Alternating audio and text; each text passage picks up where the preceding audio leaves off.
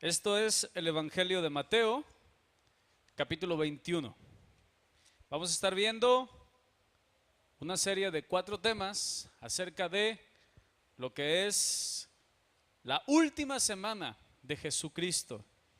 La última semana de Jesús antes de ser crucificado y cómo Él vivió esa última semana en Jerusalén.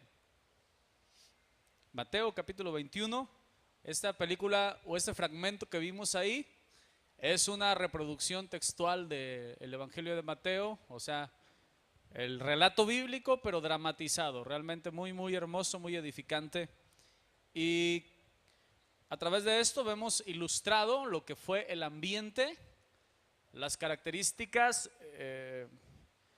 atmosféricas ahí de ánimo, de júbilo, de gozo, que dieron lugar a la última semana de Jesús camino a la cruz. Mateo 21, no lo apartes de ahí de tu vista porque es lo que vamos a estar leyendo y algunas otras citas más. Quiero decirte que esta semana que vivió Jesús camino a la cruz fue en el contexto de la fiesta judía, de la Pascua. ¿Qué es la Pascua? Es una de las 7 fiestas principales judías establecidas en la palabra de Dios y que ellos celebraban año con año. La Pascua era de las más principales, ya que en esta recordaban lo que Dios había hecho por ellos cuando salían de Egipto. Antes de liberarlos, el Señor, Él dijo que la última prueba que iban a vivir Egipto para que los hebreos salieran libres era que los primogénitos iban a morir. Todos los primogénitos de Egipto iban a morir. Y Dios pidió que para que los israelitas, los primogénitos israelitas no murieran, se sacrificara un cordero, el cordero pascual, y la sangre de este corderito iba a ser untada en el dintel de la puerta, y cuando el ángel de la muerte, el ángel destructor, viera la puerta cubierta con la sangre del cordero, entonces nadie en esa casa iba a morir en esa noche. Y cuando esto pasó, al otro día todos los primogénitos de Egipto eran cadáveres, y en los israelitas, por cuanto obedecieron el mandato de Dios y cubrieron sus hogares con la sangre del cordero, ni uno de ellos murió. Y esto es cada fiesta apunta directamente hacia Jesús, porque Jesucristo es el Cordero de Dios que quita el pecado del mundo. Jesús es el Cordero Pascual, es aquel que su sangre fue sacrificada, fue derramada para perdonar nuestros pecados y cubrir nuestra vida, de tal modo que la destrucción no llegara a nuestras vidas. Y es por eso que a partir de ahí, año con año, miles de años después, los israelitas seguían celebrando la fiesta de la Pascua, una fiesta conmemorativa, una fiesta de salvación. Y en esa última semana es ahí donde Jesús está moviéndose, en esa semana de fiesta.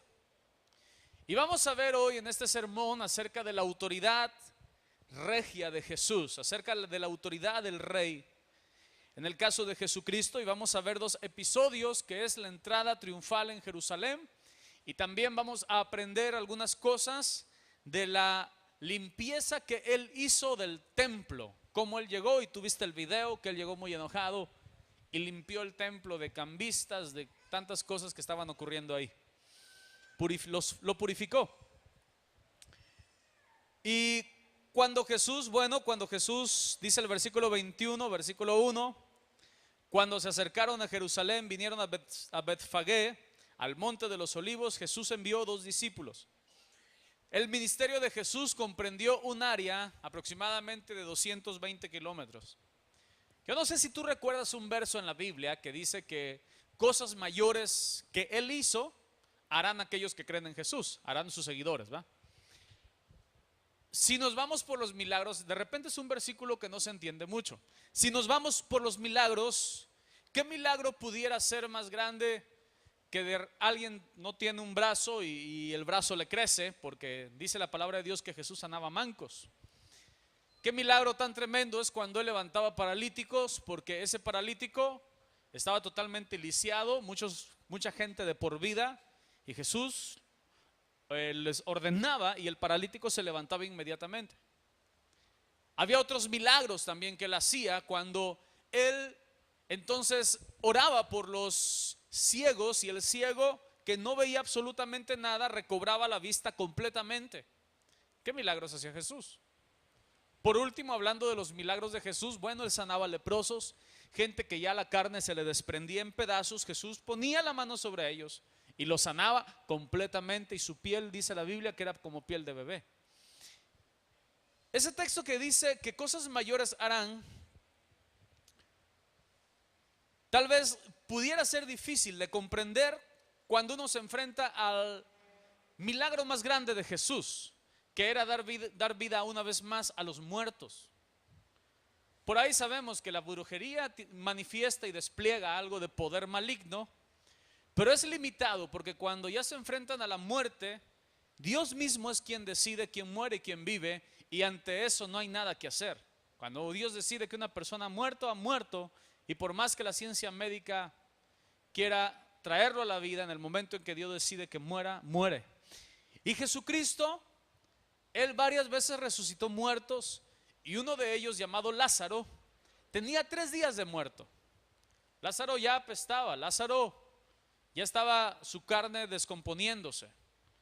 Y Jesucristo lo llamó de la tumba, y Lázaro dice que salió amarrado todavía, pero caminando, y Jesús dijo: desatadle y dejarle ir. Y Lázaro lo desataron, y Lázaro estaba vivo. Qué milagro tan tremendo eso de Jesús. Jesucristo, con ese milagro, y en el trasfondo de ese milagro, es que se da la entrada triunfal a Jerusalén. ¿Y por qué mencionaba lo de cosas mayores harán? Que dijo Jesús. Bueno, es que cuando él decía cosas mayores harán, no se refería a la calidad de los milagros, que ya resucitar un muerto es como que es el tope.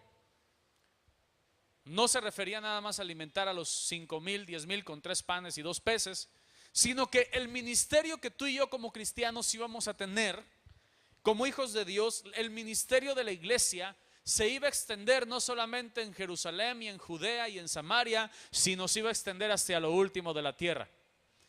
Y tú y yo, miles, cientos de miles de kilómetros después y miles de años después, tú y yo estamos adorando el nombre de Jesucristo, porque cosas mayores harán aquellos que creen en Él. ¿Sí? O sea, Él prometió, y en el día miércoles entendíamos que Él nos dio poder y autoridad sobre las enfermedades, sobre los demonios, para poder hacer milagros y prodigios. Pero Jesucristo, su ministerio comprendió un radio de 220 kilómetros, no es muy grande. Por ahí como que de aquí al Chilpo aproximadamente, de aquí a un poquito más allá tal vez. Y entonces no era demasiado la distancia. Pero en ese momento en que Jesús se movió, la historia comenta que Él lo hizo mayormente a pie, lo hizo caminando. Él recorrió caminos polvorientos, caminos de lodo, recorrió caminos asolados por ladrones y cosas en las cuales tal vez uno dirá: bueno, caramba, y tal vez yo no me atrevería a hacerlo así, de esa manera. Jesús lo hizo. Y cuando lo hizo, y cuando montó un animalito, que registra la Biblia que montó un burrito para entrar y andar en un burrito, bueno, lo hizo para sufrir y morir por nosotros. Entonces Jesús anda a pie toda su vida de ministerio público, y cuando sube al burrito es porque va a morir y va a ser crucificado por cada uno de nosotros, por la humanidad. Y es en esta última semana que da comienzo con lo que se le ha llamado la entrada triunfal en Jerusalén. En Mateo capítulo 21, Jesús está planeando cómo hacer esa entrada triunfal, y Jesucristo, a través de él se cumple una profecía que está en Zacarías capítulo 9, versículo 9, que un poquito más adelante lo vamos a leer. Zacarías capítulo 9, versículo 9. Y dice la palabra de Dios que cuando Él pide el burrito en el versículo 2, id a la aldea que está enfrente de vosotros, le ordenó a los discípulos, y luego hallaréis un asna atada y un pollino con ella, desatadla y traédmelos. Y si alguien os dijere algo, decid, el Señor os necesita, y luego los enviará. Todo esto aconteció para que se cumpliese lo dicho por el profeta cuando dijo, decid a la hija de Dios, de Sión, he aquí tu rey viene a ti, manso y sentado sobre un asna, sobre un pollino, hijo de animal de carga. Y los discípulos fueron e hicieron como Jesús les mandó. Quiero reflexionar algunas cosas con respecto a este acontecimiento que Jesús entra con un burrito. Primeramente, bueno, entendemos en el versículo número 2 que era un burrito, una cría muy pequeña. Era una asna, una madre burrita, y su hijo que le decían el pollino, el burrito, ¿va? Y el burrito, pues bueno, dice la palabra de Dios en Marcos que nadie había montado en él. O sea, era un burrito como quien dice último modelo, nuevecito. Y cuando estaba ahí el asunto, bueno, pues el Señor pidió que también trajeran a la mamá, según el relato de los evangelios. Él pide que traigan a la mamá, pues para que el burrito, el pollino, que no sabía conducirse con jinete, bueno, entonces fuera guiado por su madre, que ya estaba domesticada. Podemos entender por qué Jesús entra como con un burrito. ¿Por qué no entró como con un caballo? Si cuando los reyes entraban, después de conquistar, de tener victoria, ellos entraban en caballos, no en burritos. El general que llegaba de conquistar a los ejércitos y a ganar batallas, pues llegaba en su caballo, ¿verdad?, sobresaliente, la pompa, la fanfarria, y de alguna manera como que no era propio de nobles y guerreros entrar en burritos, o de los reyes. Y no solamente eso, sino que Jesús entra en un burrito prestado. No era ni siquiera de él. ¿Sabes que todo lo que tenía Jesús era prestado, con excepción por ahí de las ropas que él traía? Pero después de todo eso, Jesús decía, el Hijo del Hombre no tiene ni dónde recostar su cabeza. Y sin embargo cambió el mundo. O sea, el mundo no va a ser cambiado con la cantidad de posesiones que tú y yo tengamos, sino con el poder y el mensaje de Jesucristo. Entonces Jesús llega con un burrito prestado y le dice a los discípulos, van a ir a la casa de tal lugar, de tal aldea, y van a encontrar una burrita con su cría, van a desamarrarlo, y si alguien les dice algo, oye, ¿por qué te llevas mi burro? Entonces, bueno, tú le vas a contestar, el Señor lo necesita y luego te lo devolverá. Quiero hacer notar varias cosas. Jesús tiene omnisciencia. ¿Qué significa la omnisciencia? Él tiene conocimiento de todas las cosas. Y si conocía dónde estaba amarrado el burrito, conocía de quién era el burrito, y conocía que el burrito iba a estar junto con su mamá, y eso sucedió en aquel tiempo. ¿Cuánto más conoce nuestras necesidades, nuestras luchas, nuestros problemas, y conoce nuestra vida, aunque físicamente Él no está con nosotros? En espíritu Él conoce todo lo cuanto somos. ¿Cuántos dicen amén a eso? Él sabía, entonces Él demostró su omnisciencia. Entonces fue y le dijo, ¿saben qué? Váyanse al burrito. Ahora, quiero comentarte que también cuando Jesús manda a los discípulos por el burrito, Él está demostrando también su poder sobre la voluntad de los hombres. Jesucristo puede hacer con su poder lo que Él quiera. Él tiene voluntad sobre el ser humano, Él tiene poder sobre el ser humano.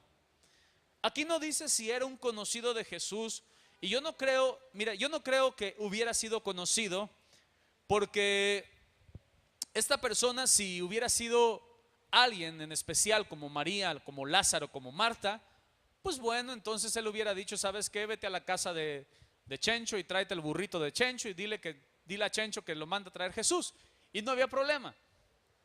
No está Chencho, ¿verdad? ¿Dónde está? Pero entonces él no conocía él no era amigo personal de la persona, del dueño del burrito, y es por eso que simplemente lo manda a traer sin nombre y sin apellido, y dice, ve y desamárrame el burrito. Pero él demuestra el poder de la voluntad sobre los hombres, porque si el dueño salió a decirle, ¿por qué te llevas esto? simplemente con decir Jesús lo necesita, el dueño del burrito lo iba a prestar. Tal vez probablemente la persona ya había escuchado acerca de Jesús. Ahora, era bastante congruente pensar esto. Porque toma en cuenta, Jesús estaba resucitando muertos, sanando paralíticos, limpiando leprosos, dándole la vista a los ciegos. Pues ya la gente conocía acerca de Jesús, y cuando vio a los discípulos que estaban desamarrando su burrito, entonces se los prestó. Ahora yo te quiero trasladar a ese tiempo. Tú tienes un carro y de repente tú ves a alguien que está tratando de prender tu carro, y tú vas enojado y con un garrote en la mano y le dices: oye, ¿por qué estás prendiendo mi carro? Y tú le dices: y él te contesta: es que Jesucristo lo necesita. ¿Tú lo dejarías ir al Señor con el carro? Estaría complicado, ¿verdad? O sea, como que contextualizando la hora estaría complicado. Y en aquel tiempo los animales de carga y los animales eran ocupados para transporte. Eran igual de importantes que un carro para ti lo es ahora. Un burrito, un caballo, una carreta, eran igual de importantes que un carro. O sea, no era algo tan fácil que alguien agarrara a cualquiera y: oye, me voy a llevar tu burro, me voy a llevar tu burra, y no solamente tu burra, me voy a llevar su cría también. Ahí Jesús está demostrando su poder sobre los hombres, pero dice también la palabra de Dios en el versículo 3, que dice: y luego los ¿qué? Versículo 3, el Señor los necesita y luego los... ¿Ya te perdiste en la lectura? Mateo 21:3. Si alguien nos dijere algo, decid: el Señor los necesita y luego los... Entonces Jesucristo tenía omnisciencia, Él sabe todas las cosas, tenía poder sobre el hombre, tenía poder sobre la humanidad, pero también tenía justicia y honestidad. Jesucristo le dijo: me lo voy a llevar, pero lo voy a devolver. O sea, no te lo voy a robar ni nada, te lo voy a devolver. Y la persona con la palabra de Jesús iba a quedar quieta. Ahora, ¿cuántos de aquí tenemos que entender que si el Señor nos está pidiendo nuestra vida, nuestro corazón, nuestro ser, nuestros sentimientos, nuestro tiempo, el Señor va a hacer lo mejor posible, va a hacer las mejores cosas, y lo que nos va a devolver el Señor es aún más grande, mejor, más excelente que lo que nosotros pudiéramos darle a Él? ¿Cuántos saben eso? Si yo vengo delante del Señor y el Señor me dice: dame tu vida, dame tu corazón, como dice el Salmo: dame, hijo mío, tu corazón. Entonces tú y yo tenemos que estar seguros y 100% confiados en la justicia, poder, sabiduría, conocimiento de Jesús, como el burrito y el dueño del burrito tuvieron acerca del maestro. Ahora, alguien pudiera decir: bueno, pero entonces, ¿por qué el Señor no tomó un caballo? Ok, no me queda muy claro por qué el Señor no tomó un caballo, ¿no? Más rápido, más porte, ¿no? ¿Por qué con un burrito? Abre la Biblia en Zacarías. Zacarías capítulo 9, en el versículo número 9. Zacarías capítulo 9, en el versículo número 9. ¿Ya lo tienes? Esperemos unos segundos que lo encuentren. Bueno, ya está en la pantalla, pero trata de buscarlo en tu Biblia para que practiques ahí, ¿verdad? Zacarías 9:9. Y más de 500 años antes, Jesucristo cumple esta profecía. Dice la palabra de Dios en el versículo 9: alégrate mucho, Zacarías 9:9, alégrate mucho, hija de Sión, da voces de júbilo, hija de Jerusalén. He aquí tu rey vendrá a ti, justo y salvador, humilde y cabalgando sobre un asno, sobre un pollino, hijo de asna. Inmediatamente en el 10 dice: y de Efraín destruiré los carros y los caballos de Jerusalén, y los arcos de guerra serán quebrados, y hablará paz a las naciones, y su señorío será de mar a mar, y desde el río hasta los fines de la tierra. Y tú también por la sangre de tu pacto serás salva. Yo he sacado tus presos de la cisterna en que no hay agua. Ok, Jesucristo está cumpliendo esta profecía en el versículo 9 que dice: alégrate, hija de Sión, porque tu rey viene a ti, justo y salvador, humilde y cabalgando sobre un asno, sobre un pollino, hijo de asna. Cuando Jesús toma un burrito, bastante inútil por ser pequeñito, el burrito no podía cargar demasiado peso. Eso también me daba a entender que Jesús no estaba pasadito de peso, ¿verdad? Como muchos de nosotros, baja la báscula y te pesas y como que dices, no quiero ver, ¿no? Porque aquella báscula casi explota, ¿no? Pero Jesús pues, como que no tenía ese problema, ¿no? Y cuando estaba ahí Jesús en el burrito, ¿sabes? Él lo que está enseñándonos en esto es de que aún cosas insignificantes, cosas pequeñas, cosas tal vez no tan apreciadas por la gente, tienen valor en el servicio de Jesucristo. Tienen valor en las manos del Maestro. Tal vez era algo que no tenía mucho, todavía no valía mucho, no estaba entrenado, no estaba capacitado para carga, pero Jesús determinó que era algo útil. Tal vez tú digas, es que mi vida no es tan útil para Dios, no tengo mucho conocimiento, no tengo mucha sabiduría. Me recuerdo una hermana que desde que estábamos en Nuevo Horizonte, allá en Grupaca, la hermana repitió 5 veces el primer módulo del instituto y no pasaba el primer módulo del instituto y repetía porque no pasaba el año y entonces ya se daba por vencido, ya no lo hacía, ya estaba desanimada. Y una vez un hermano, para animarla, le dice: hermana, ¿usted cuánta gente se ha convertido porque a usted le ha dado testimonio? Y se puso a contar casi 30 personas convertidas por el testimonio de la hermana. Y le dice: ¿qué más? Tal vez no pueda pasar el primer módulo del instituto, tal vez usted sienta que no tiene mucha capacidad, pero Dios le ha dado la capacidad de ganar almas. Y usted está capacitada para hacer la obra del Señor, como muchos quisieran hacerlo. Y la hermana se animó, ¿verdad? Como que agarró fuerzas y otra vez comenzó a cursarlo. Creo que ya pasó a segundo módulo por ahí. Y lo que yo quiero decirte con esto es de que no importa tu capacidad, o no importa el tamaño de la carga que puedas llevar, o los recursos que tengas, o la experiencia que tengas, o los estudios que tengas. Es que, hermano, yo no tengo prepa y por eso pues como que no puedo servir a Dios. Es que apenas terminé la secundaria. Y nos detenemos por prejuicios que tenemos luego en la vida, que nos hemos autoimpuesto y los agarramos de excusas para no darle nuestra vida a Jesucristo en servicio.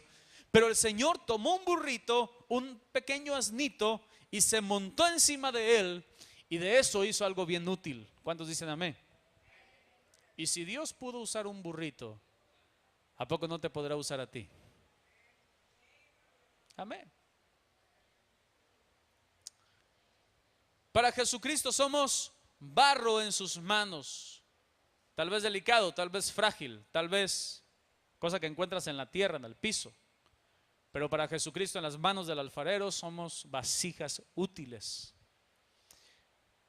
Jesucristo, cuando Él utiliza algo que no sirve, o algo débil, o algo pequeño, es ahí cuando la gloria de Dios se manifiesta. La gloria es para el Señor. Cuando tú ves a algún borracho por ahí que ya no es borracho y ahora lo ves sobrio y predicando el evangelio, la gente se queda: ahora, ¿qué no es el borracho que se quedaba ahí tirado en la esquina? Y aquel contesta: era yo, pero ahora Jesucristo me ha cambiado. Y cuando alguien dice eso, toda la gloria le pertenece ¿a quién? A Dios. No hay ninguna gloria humana. Cuando un drogadicto andaba ahí todo perdido y a punto de quedar loco, y de repente lo ven con la Biblia en la mano, bien vestido, bien limpiecito, bien peinado, porque ya estaba. La otra vez estaba viendo una foto en internet de una mujer que tenía como 20 años, 20 y tantos años, y ella la arrestaron en ese tiempo. Entonces estaba la foto policíaca, y ella tenía 20 años, apenas iba comenzando en el mundo de la droga, y pasaron un año después, y esa ni siquiera, eran como 10 meses, y esa misma muchacha que en la primera foto estaba con la tez lozana y bien presentable, guapa la muchacha, pero un año después, casi un año después, la cara la tenía demacrada, los ojos los tenía hundidos, los labios los tenía como comidos así para adentro, los dientes, ya algunos dientes no los tenía por causa de la droga. En 8 meses, 9 meses, la droga se la consumió toda. Y uno puede pensar, caramba, esa vida ya es algo que no sirve para nada. Pero cuando Dios toma ese tipo de vidas y los restaura, los sana, los limpia, los fortalece, los hace algo útil, y tú ves tal vez esa persona que estaba en ese estado y de repente ya la ves con su familia, casada, con hijos, predicando la palabra de Dios, toda la gloria, ¿a quién le pertenece? No hay mérito humano. Entonces Jesús toma un burrito, ¿verdad? Y cuando estaba ahí el burrito, por ahí cuenta una anécdota, una fábula, que el burrito estaba muy emocionado porque le estaban aplaudiendo y le dijo a su mamá, dice: oye mamá, mira cómo me están aplaudiendo la gente, mira cómo me avienta palmitas para pasar, y los trapos los pone abajo para que yo camine, y la mamá casi le da el coscorrón y le dice: no seas burro, dice, esos aplausos son para el que va montado arriba de ti.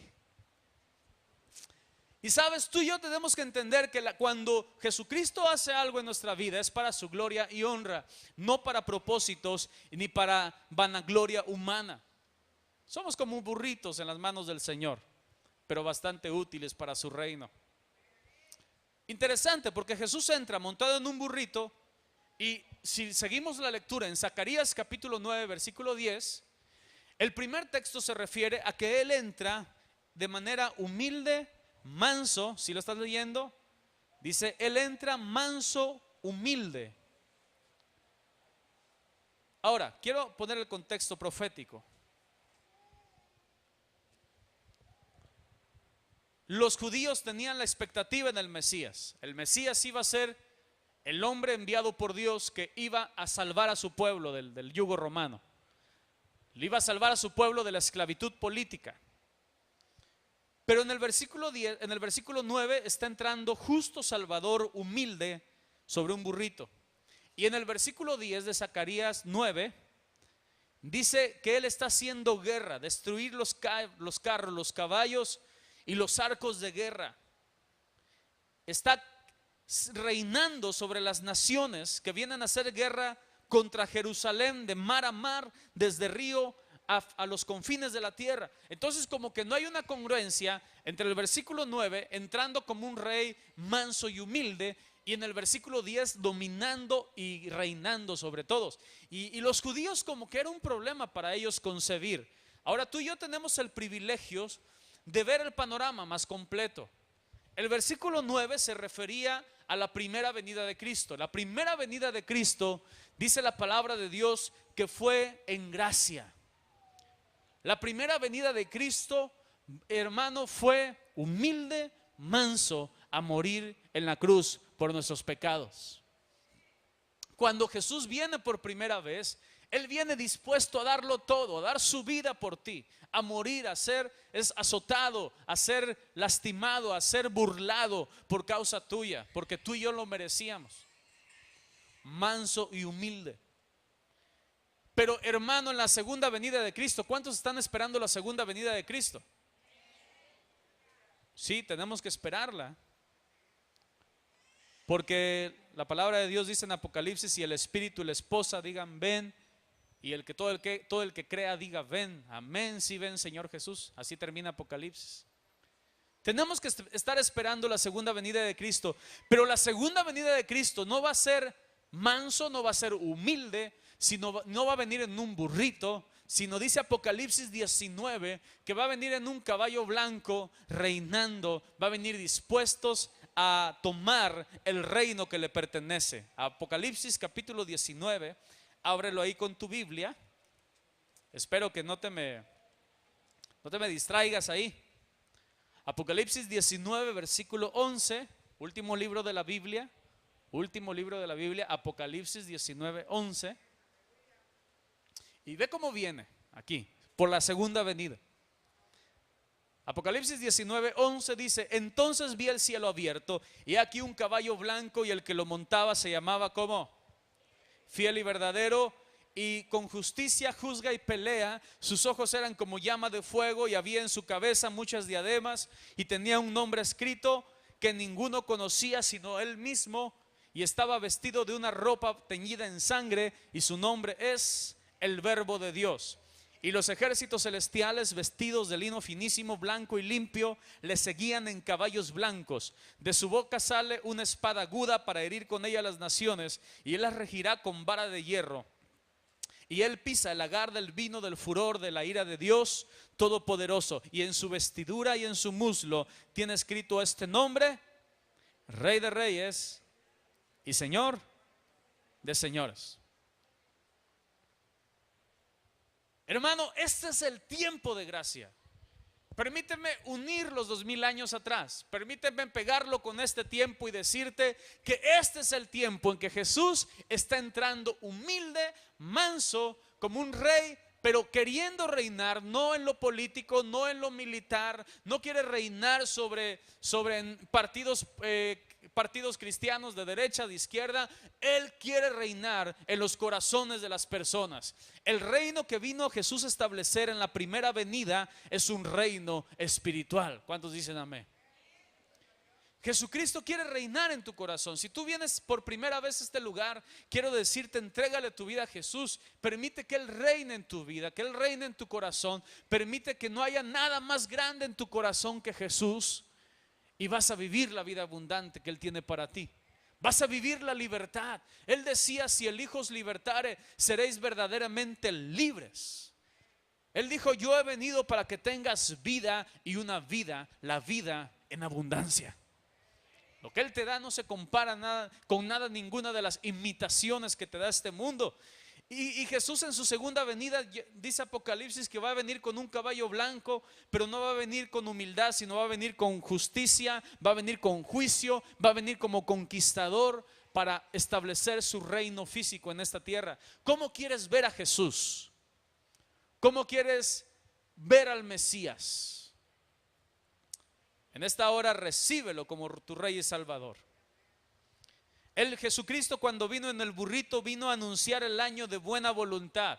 ¿Cuál es el año de buena voluntad? Isaías dice: he venido a sacar a los presos de la cárcel, a sanar a los quebrantados de corazón, libertad a los cautivos. He venido a limpiar, he venido a sanar, he venido a restaurar, he venido a hacer cosas que solamente corresponden al Mesías del Dios Todopoderoso. Él ha venido a querer hacer eso en tu vida. Si tú estás aquí enfermo, si estás aquí herido, si el mundo te ha lastimado y te ha dañado, si has tenido problemas y en los cuales ya no aguantas más, Jesucristo está en esta noche manifestando su buena voluntad para sanarte. Bueno, los discípulos obedecieron a Jesús. Fueron, desamarraron el burrito, lo llevaron con el maestro, entraron en Jerusalén. Dice la palabra de Dios que los niños iban gritando: Hosana al Hijo de David, bendito el que viene en el nombre del Señor. La palabra Hosana significa salva ahora. Era un clamor a Dios. Hosana significa Dios, salva ahora. Te rogamos, sálvanos ahora. Eso significaba Hosana. Y cuando la gente le estaba gritando eso a Jesús, dice Juan capítulo 12 que la multitud estaba congregada, la mayoría porque habían oído acerca de los milagros de Jesús, que había resucitado de la muerte a Lázaro. Y como estaban tan emocionados y como nadie más tenía el poder de resucitar muertos, entonces comenzaron a clamar: Hijo de David, Hosana, sálvanos ahora, Hijo de David, Mesías, sálvanos. Y la gente pensaba que Jesús iba a ser el rey, iba a establecer su reino. Entonces la gente era muy voluble. La gente un día amaba a Jesús, pero una semana después muchos de ellos estaban gritando: crucifícale, crucifícale. Una semana después. Jesús no se fiaba mucho del ánimo de la gente, porque cambiaba pronto de parecer. Dice la historia bíblica que Jesús en cierta ocasión lo quisieron hacer rey a la fuerza, porque se dieron cuenta que él era el Mesías. Y Jesús nada más se les escondió. Dice que se dio la vuelta y se fue y no se apareció ahí para nada, porque no era el tiempo aún de establecer un reino físico. Va a haber un tiempo, pero todavía no. Cuando Jesús entra en Jerusalén, ¿sabes tú que no le salieron a recibir tú viste en la película, no sé si te acuerdas, estaba ahí una gente con túnicas, con talís, y como que una gente de ceremonias. Bueno, no lo salieron a recibir los sacerdotes, no lo salieron a recibir los escribas, los fariseos y los saduceos. En sí, la gente que salió a recibir a Jesús y lo recibió como rey, ellos mismos dijeron, los fariseos, que era gente del vulgo, era gente que no conocía la ley, era gente común y corriente como tú y yo. ¿Cuántos dicen amén a eso? Porque Jesucristo no vino para mirar rangos, no vino para mirar que si eres o no eres de una influencia política o militar. Jesucristo vino para todos aquellos corazones que estuvieran abiertos. Quiero decirte, Jesús trató igual al leproso que se acercó a él. Jesús trató igual a la mujer con el flujo de sangre. Jesús trató igual a la mujer adúltera, pero también trató igual al centurión, a Cornelio, que tenía un rango militar, un rango político. Y Jesús lo trató exactamente igual y le dijo, ¿sabes qué? Yo te sano. Le manifestó amor y compasión. Y ese es un ejemplo para nosotros de que en cierta ocasión no basta ser religioso para tener el carácter de Cristo, para tener el corazón de Dios. Los religiosos fueron los que rechazaron a Jesús, porque Jesús no es una religión, Jesús es una persona y es una relación viva que tenemos que tener con Él. ¿Cuántos dicen amén?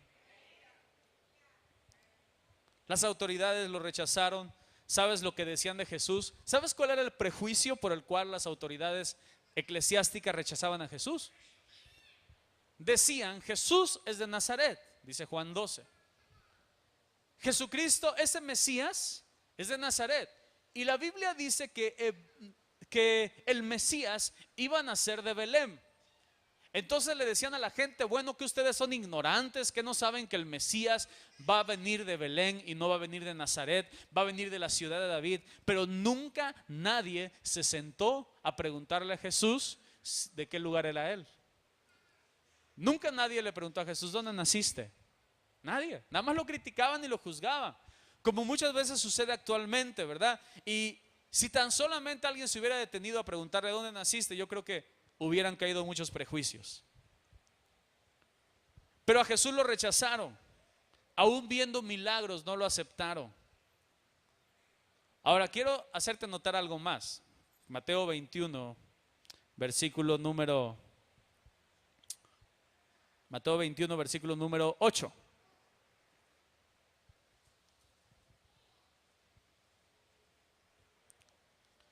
Mateo 21:8 dice, y la multitud, que era muy numerosa, tendía sus mantos en el camino, y otros cortaban ramas de los árboles y las tendían en el camino.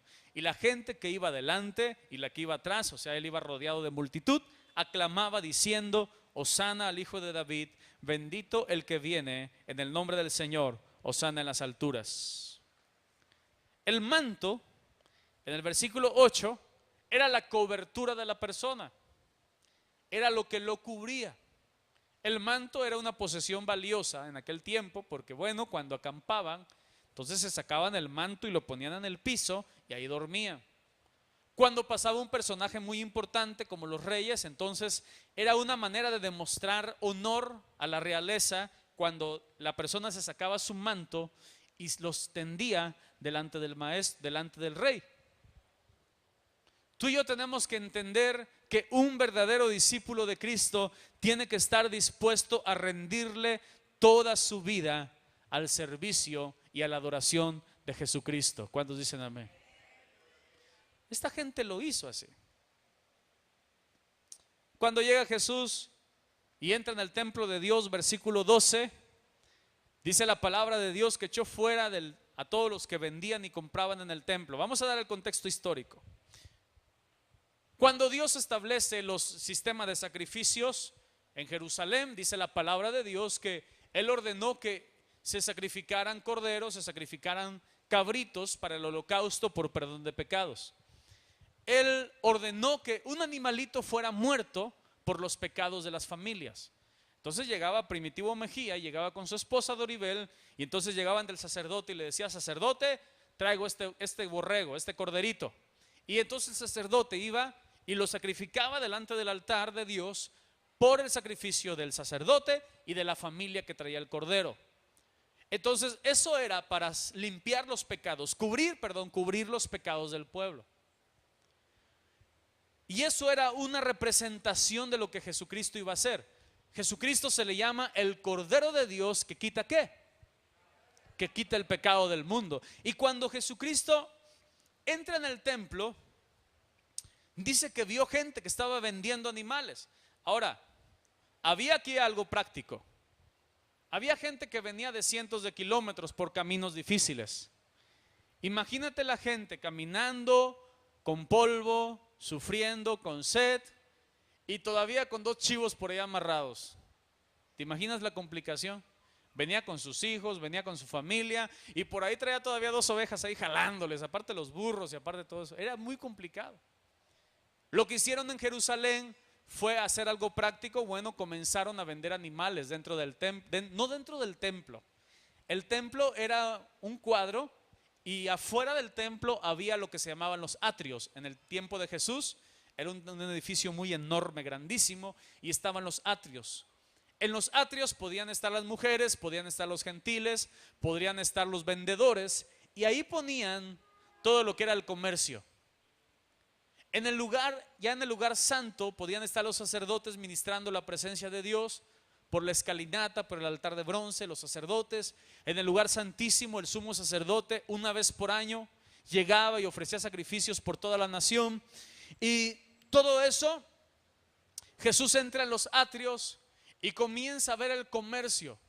Ahora, tienes que entender esto. No estaba mal suplir una necesidad legítima. No era el problema que alguien estuviera vendiendo un borreguito al precio justo para aquellas personas que viajaban cientos de kilómetros. No estaba mal que alguien cambiara monedas porque alguien llegaba de Estados Unidos y haz de cuenta que alguien viene por ahí a un santuario de México y viene de Estados Unidos y nada más trae dólares, ¿verdad? Y lo que hace, bueno, pues es cambiar los dólares, los cambia por pesos mexicanos. Ok, eso no era lo malo, ese no era el problema. El problema es que ellos llegaban y llegaba una familia y le preguntaba, ¿cuánto vale ese chivito, ese becerro, cordero, ese corderito? Y la persona decía 3 piezas de plata. Y le decía, oye, ¿qué pasa? Si este animalito así como está vale media pieza de plata, ¿por qué me lo quieres vender así? Bueno, si quieres, y como había un contubernio ahí entre todos los vendedores, entonces decía, bueno, si quieres, hazle como quieras, o si no, regrésate y tu viaje no valió la pena. Recorriste días, cientos de kilómetros de balde, porque no vas a sacrificar nada. Hazle como quieras. Y la gente sintiéndose estafada, no sé si te has sentido así algunas veces, ¿eh? Sintiéndote robada, entonces, ay, tengo que pagar este animal. ¿Y tú crees que a Dios le gustaba lo que estaban haciendo? No, ¿verdad?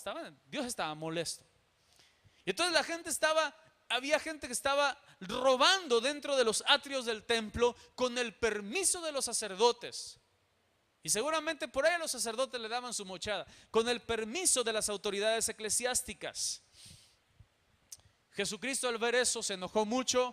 Dice en el versículo número 12, entró en el templo de Dios y echó fuera a todos los que vendían y compraban en el templo y volcó las mesas de los cambistas y las sillas de los que vendían palomas.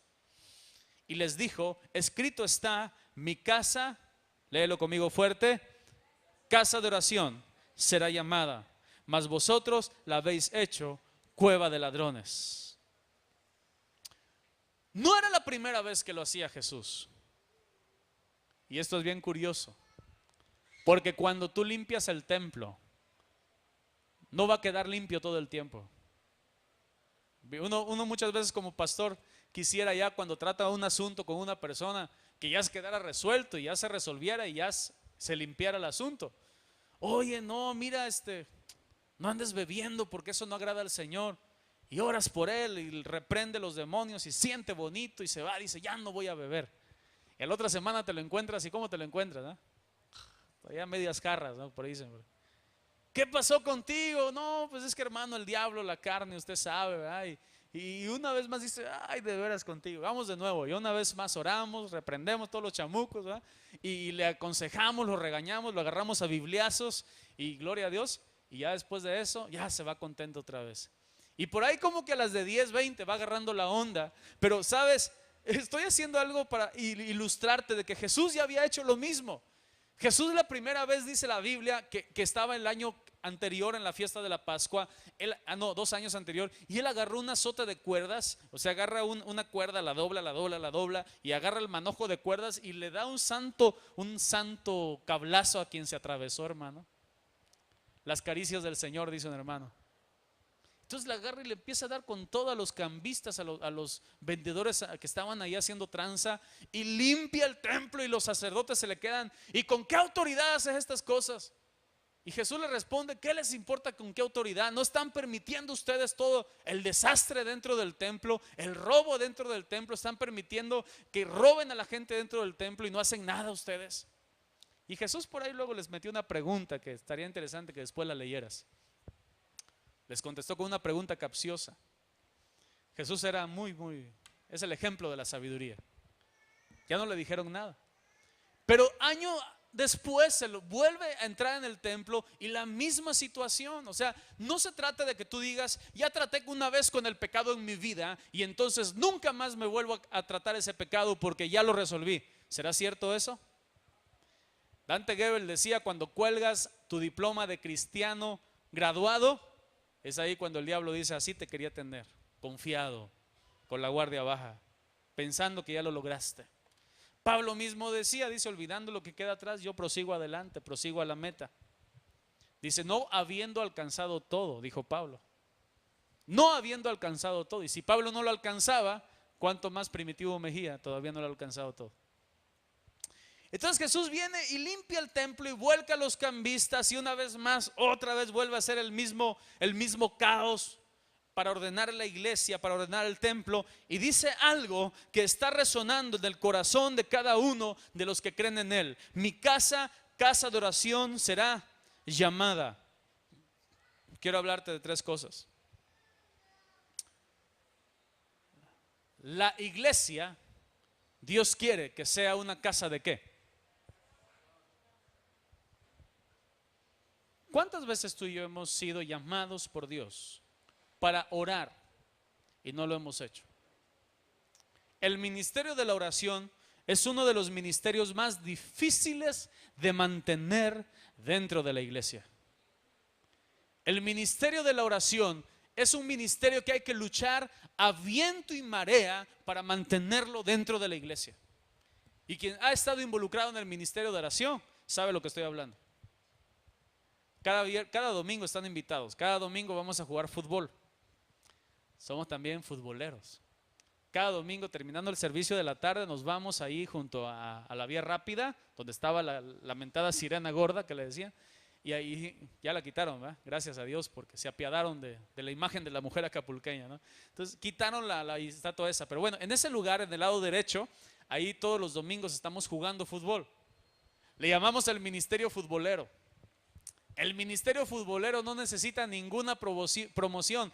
Mínimo cada domingo 50 hermanos están jugando fútbol en la playa. Y si tú ves, bueno, van a ser 51, ¿no? Si tú vas. Y se pone bueno el convivio, nos divertimos, nos relajamos, nos pasamos ahí, ni sentimos el tiempo. Ya nos dieron las 11, desde las 8:30 comenzamos. Bueno, y algunos llegan hasta más temprano y nos dan las 11 y luego ni nos queremos ir porque estamos muy divertidos, ¿verdad? Y algunas veces digo: caramba, ojalá si fuera la oración, ¿verdad?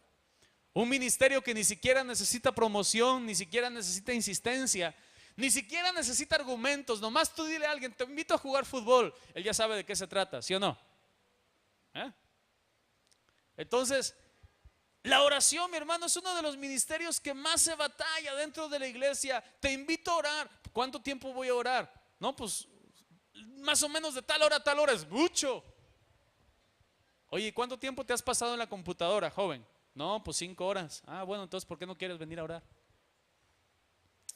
Oye, te invito a la guardia, vamos a adorar a Dios, vamos a cantar, vamos a orar, vamos a exaltar el nombre de Cristo, vamos a interceder por el país. ¿Y qué voy a hacer yo? No, pues vas a participar por ahí. No, es que no puedo, tengo tarea. Y se acuerdan de que tienen tarea, ¿verdad? Entonces ya con eso ya dicen ya no.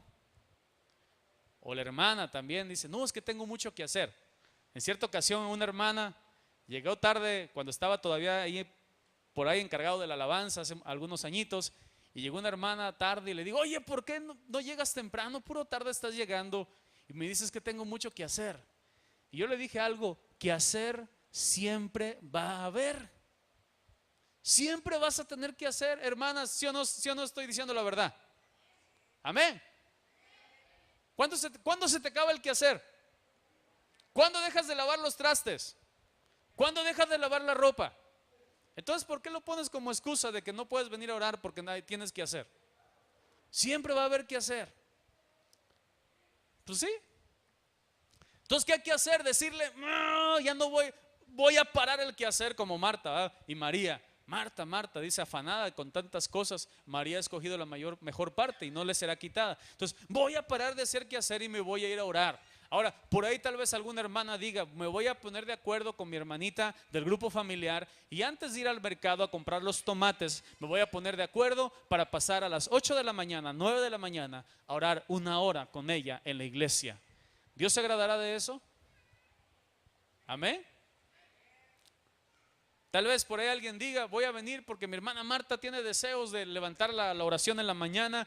Y alguien diga, hermana, pues vamos a turnarnos un día. Y tal vez yo no pueda de lunes a viernes, pero yo puedo venir el lunes y el jueves. ¿Qué le parece? ¿Podemos venir? No, pues sí. Y comienza un mover de oración dentro de la iglesia. No solamente los viernes, sino también en las mañanas, sino también en los servicios. Intercesión. Necesitamos intercesores antes de que empiece el servicio. Oh Dios, haz derramar tu presencia sobre este lugar. Padre, que cuando lleguen las personas nuevas, Señor, sean tocadas por tu poder, sean sacudidas con tu gloria, que desde el momento que estemos cantando, tu libertad esté descendiendo sobre este lugar. Pero ¿por qué? Porque hay gente sosteniendo el momento espiritual con oración. Mi casa, casa de oración, será llamada. Quiera Dios que entendamos este asunto, porque en cierta ocasión Jesús en Mateo 26 llega con los discípulos y cuando Él entra, Él dice la palabra de Dios que estaba a punto de ser entregado y traicionado, y cuando estaba en eso, dice la Biblia que Él se fue a orar, llevó a 3, 4 discípulos nomás, los sentó en un lugarcito y les dijo, aguántenme porque voy a hablar con el jefe, y se fue a hablar con su Padre Celestial. Se internó así en el huerto, y cuando estaba en ese lugar estaba agonizando su alma porque sabía lo que iba a pasar y sabía lo que iba a sufrir, y estaba sufriendo y dice, Padre, Señor, esta copa es muy dura, es muy difícil, Señor, híjoles, no habrá forma de que pase de mí esta copa. Y el padre le contestaba, no hijo, tienes que pasarla. Híjoles pues, que se haga mi voluntad, que se haga tu voluntad y no la mía. Y Jesús terminaba de orar esa oración, se para de ese lugar y va con sus discípulos. ¿Y cómo los encontró? Durmiendo, ¿eh? Entonces Jesús quiere venir y tocar Nuevo Horizonte, y quiere venir y tocar la iglesia, y quiere llenarle el corazón, quiere fortalecerte, quiere llenar los corazones y llenar las vidas. Quiere a Dios que venga Jesús y no te encuentre como dormido, sino que te encuentre velando, orando. Entonces llega ahí Jesús y los encuentra durmiendo y le limpia la cara a Pedro porque ya le estaba así como que escurriendo ciertas cosas, ¿no? Entonces, Pedro, despiértate, ¿da? Y entonces Pedro así como que reacciona, ¿no? ¿Por qué te estás durmiendo? Dice, ¿no sabéis que puedes entrar en tentación? Y Pedro como que reaccionaba y le hacía la faramaya, ¿verdad? Se hincaba y se hincaba y se ponía a orar un ratito, ¿verdad? Nada más se iba a Jesús y se volvió a dormir otra vez. Y cuando ya estaba durmiendo, entonces una vez más Jesús se presenta delante del Padre y le comienza a decir la misma oración, dice la Biblia. Padre, este trago está muy difícil, y dice la Biblia que su sudor era como gotas de sangre, estaba en una agonía de su alma. Este trago es muy difícil, es muy, muy, muy fuerte lo que voy a pasar. No habrá alguna forma de que pase de mí esta copa, que no me pasen esas cosas. Y el Padre le volvió a decir a Jesús, hijo, tienes que pasarlas, porque de lo que hagas depende la salvación de toda la humanidad. Un día vas a encontrar que en Nuevo Horizonte estaban sentadas algunas personas escuchando un mensaje de salvación, y si tú te escapas de esa copa, entonces ellos no van a llegar a ser salvos. Y Jesús decía, sí, Padre, ok. Entonces se paraba y decía, Señor, Padre, que se haga tu voluntad y no la mía. Y se paró de nuevo. Y viene con los discípulos, ¿y cómo crees que estaban? Dormidos otra vez. Dormidos otra vez en el segundo sueño, en el tercero, no sé en cuál iban. Pero el punto de todo esto es de que Jesús les dijo algo, que tienes que poner atención a esto, está muy bueno. Jesús les dijo, velad y orad para que no caigáis en tentación, porque la carne es débil. Digan conmigo, la carne es débil. Otra vez fuerte, la carne es débil, pero el espíritu está presto. Si yo le preguntara aquí, ¿cuántos quieren tener comunión con Dios fuerte, poderosa? ¿Cuántos levantarían la mano y dirían, yo hermano, yo quiero, yo quiero? Todos, ¿va? Pero la carne es débil. Mi carne no quiere orar. Mi carne no quiere buscar a Dios. Mi carne quiere otras cosas. Mi carne quiere cama, mi carne quiere comodidad. Si me preguntas qué prefiero yo, ver la tele o estar 2 horas en la computadora, ponerme a orar, pues yo quiero ver la tele y quiero. ¿A poco así, pastor, es usted un carnal? No es cierto, soy carne. Y tengo que conocer mis debilidades para entonces someter mi carne al señorío de Jesús. Amén. La carne es débil, pero el espíritu está presto. Entonces, con más razón, si Jesús en los días de su carne necesitó orar, ¿cuánto tú y yo necesitamos orar? Si tú estás aquí siendo en salvación y en la presencia de Dios, es porque alguien oró por ti. Si tú estás conociendo a Cristo Jesús, es porque alguien se arrodilló y le dijo a Jesús, úsame para predicar tu palabra, y que cuando hable de ti, esa persona se convierta, y tú estás aquí en este lugar. Pero todo comienza, se sostiene o cae con la oración. ¿Cuántos dicen amén? Mi casa de oración, será llamada. Dice la palabra de Dios que los discípulos, que en el versículo 14 dice, y vinieron a él ciegos y cojos y los sanó. Jesús sacó a los tramposos y metió a los cojos y a los ciegos. Primero, el templo es casa de oración. Segundo, el templo es casa de sanidad. Digan conmigo, sanidad. El Señor le interesan los enfermos, los dolientes, los pecadores, aquellos que no tienen esperanza, para sanarlos. Qué vergüenza es que sacó a los comerciantes y metió a los que necesitaban. Tercero, Jesucristo quiere que su templo sea casa de alabanza. Digan conmigo, alabanza. Versículo 15, los sacerdotes y los escribas viendo las maravillas que hacía, y los muchachos aclamando en el templo y diciendo, Hosana al hijo de David, se indignaron. Y le dijeron, ¿oyes los que estos dicen? Y Jesús les dijo, sí, nunca leíste de las bocas de los niños y de los que maman, perfeccionaste la alabanza. Jesucristo quiere que su lugar sea casa de alabanza. ¿Cuántos le pueden dar un fuerte aplauso a Jesús? Oración, sanidad, alabanza. Entonces, cuando tú veas que alguien a tu lado está remolineando como loco, no te pongas a juzgarlo. Mira, ves la carne, ve cómo la mueve, es carnal eso. No, hombre, está adorando al Señor. Si por ahí alguien da un grito de júbilo, amén, gloria a Dios, y tú te quedas, órale, ¿qué le picó? Contágiate de esa misma picadura de alabanza y tú ponte a adorar también. Ponte a gritar igual de fuerte. ¿Cuántos dicen amén? Contágiate del gozo del Señor, porque la casa de Dios tiene que ser casa de alabanza. Es casa de oración primeramente, casa de sanidad y casa de alabanza. ¿Cuántos en esta hora vienen enfermos físicamente? No me contestes, nada más es una pregunta. ¿Cuántos de aquí vienen enfermos físicamente?